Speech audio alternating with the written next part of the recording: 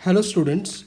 इस वीडियो में हम ट्रांसपोर्ट नेटवर्क के जो प्रॉब्लम्स है उसके बारे में लर्न करेंगे।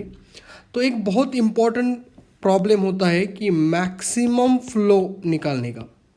मैक्सिमम फ्लो अभी आप बहुत यूट्यूब पे वीडियो है इसके या आपको बुक्स में भी मिलेगा, बट बहुत कॉम्प्लिकेटेड तरीके से उन्होंने बताया है। मैं आपको बहुत सिंपल तरीके से बताऊंगा मैक्सिमम फ्लो कैसे निकालते हैं।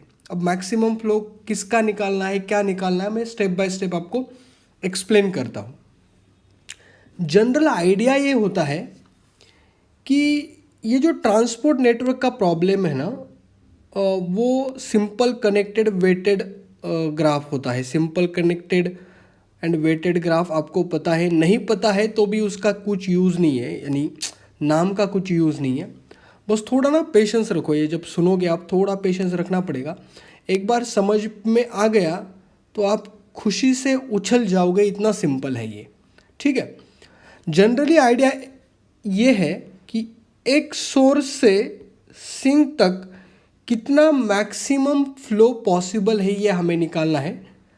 एंड अलग अलग एजेस हमें दिए होते हैं। जनरली यदि आपने प्रैक्टिकल लाइफ में सोचना है तो जैसे रोड्स है, पाइपलाइंस है, केबल्स है, और उससे अलग अलग मटेरियल फ्लो हो सकता है।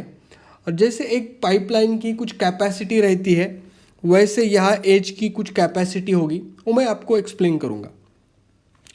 दो चीज़ें हैं यहाँ हर एक एज पे एक वेट लिखा है, 2297 करके ऐसे कुछ वेट्स लिखे हुए हैं। उसको बोलते capacity of that edge. Capacity, maximum capacity कितनी है। ठीक है। अब किसी भी वर्टेक्स से, जैसे एस नाम के वर्टेक्स से तीनों के तीनों जो एजेस जा रहे हैं, वो यदि एरो देखा तो वो बाहर के साइड है, यानी कोई भी इनकमिंग एज नहीं है, तीनों के तीनों आउटगोइंग एज है इधर। तो यदि कोई वर्टेक्स है ऐसा जिसमें नो इनकमिंग एजेस है, तो ऐसे वर्टेक्स को बोलते सोर्स। सोर्स ऐसा वर्टेक्स। और वर्टेक्स जिसमें कोई भी आउटगोइंग एज नहीं है, तो इसको बोलते सिंक। और हमें सोर्स टू सिंक तक मैक्सिमम फ्लो निकालना होता है। अब ये बहुत सिंपल है, समझ लो कैसे। देखो, अलग अलग पाथ कंसिडर करने होते हैं। पाथ यानी देखो, एस टू टी तक जाने का तरीका क्या है। एक तो एस से बी जाओ, बी से टी तक जाओ, सीधा एक तरीका है। दूसरा एस से सी तक जाओ, सी से डी तक जाओ, डी से टी तक जाओ। अब आप सी से बी नहीं जाओगे, क्योंकि डायरेक्टेड जो एज है वो आपके एज के अनुसार जैसी डायरेक्शन दी है उसी डायरेक्शन में जाना पड़ेगा आपको। अगेंस्ट एरो नहीं जा सकते आप। ठीक है। तीसरा तरीका है, आप एस से डी तक जाओ, डी से टी तक जाओ। तो ये तीन तरीके हैं जिससे आप एस से टी तक पहुंच सकते हो। ठीक है।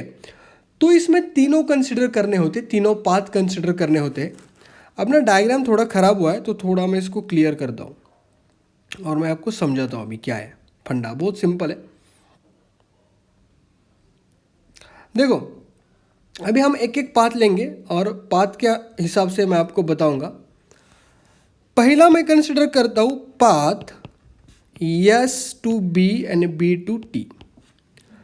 अब एस टू बी तक maximum flow, S to B की कैपेसिटी है 2 and B to T H की कैपेसिटी है 2। यहाँ मैक्सिमम फ्लो 2 हो सकता है, मैक्सिमम फ्लो 2 हो सकता है।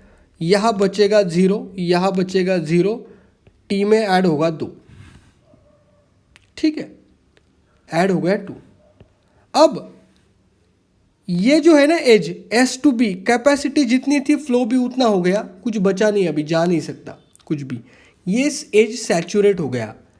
बी से टी वाला एज भी अब सैचुरेट हो गया, उससे कुछ पास होना पॉसिबल ही नहीं है।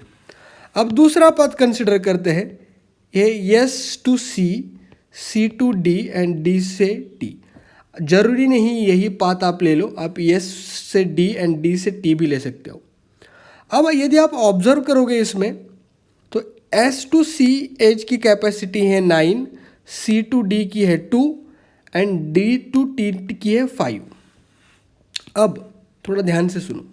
अब यदि मुझे S to path S to C to T तक पूरा ट्रैवल करना है, अलग अलग एज की अलग अलग कैपेसिटी, लेकिन फ्लो जब होगा तब तीनों में फ्लो होना चाहिए, यानी मिनिमम हम कंसिडर करेंगे, क्योंकि मिनिमम होगा तभी सारे एजेस से वो पास होगा। या पाइपलाइन आप इमेजिन कर रहे हो तो पाइपलाइन से वो पास हो सकता है। ऐसे नहीं होगा कि 9 लिया तो 9 C से D C टू D से पास नहीं हो सकता, तो वो कुछ फ़ायदा नहीं है। तो जो मिनिमम है वो हम 2 लेते हैं, तो यहाँ बचा 0, कुछ बचा नहीं। 9 से 2 पास हो गया तो 9 में से बचा इधर 7, 5 में से 2 पास हो गया बचा 3, इधर ऐड हो गया ये 2। ठीक है, अभी C टू D जो एज है वो सैचुरेट हो गया, वहाँ से कुछ पास नहीं होगा। आपने एक बात ऑब्जर्व की क्या, C टू D ब्लॉक हो गया अभी, राइट, ये दोनों ब्लॉक हो गए। अब C टू D यदि ब्लॉक हो गया तो ये S टू C वाला जो पाथ है वो यूजलेस है, कुछ काम का ही नहीं, क्योंकि आप S टू C तक जा सकते हो लेकिन वहाँ से जाने का रास्ता ही नहीं है। ठीक है, तो आपके पास लास्ट पाथ बचा अभी, path S to D and D to T तक। तो ये तो अभी कैपेसिटी D टू T की 3 है एंड S टू D की भी 3 ही है कैपेसिटी, तो 3 पास हो सकता है। 3 पास कर दिया, बचा 0, इधर 3 ऐड हो गया, तो ये हो गया पूरा 7। तो मैक्सिमम फ्लो हो सकता है सोर्स से सिंक तक 7, यानी जो कुछ भी होगा यूनिट उसमें मैटर नहीं है, maximum flow is 7। So this is the problem, this is the basic idea. आपको लिखना कैसे है, आप देखो बुक्स में अलग अलग तरीके से लिखा हुआ है, तो आप लिख सकते हो, but this is very simple problem to solve. ठीक है, तो अब इसमें अलग अलग प्रॉब्लम्स भी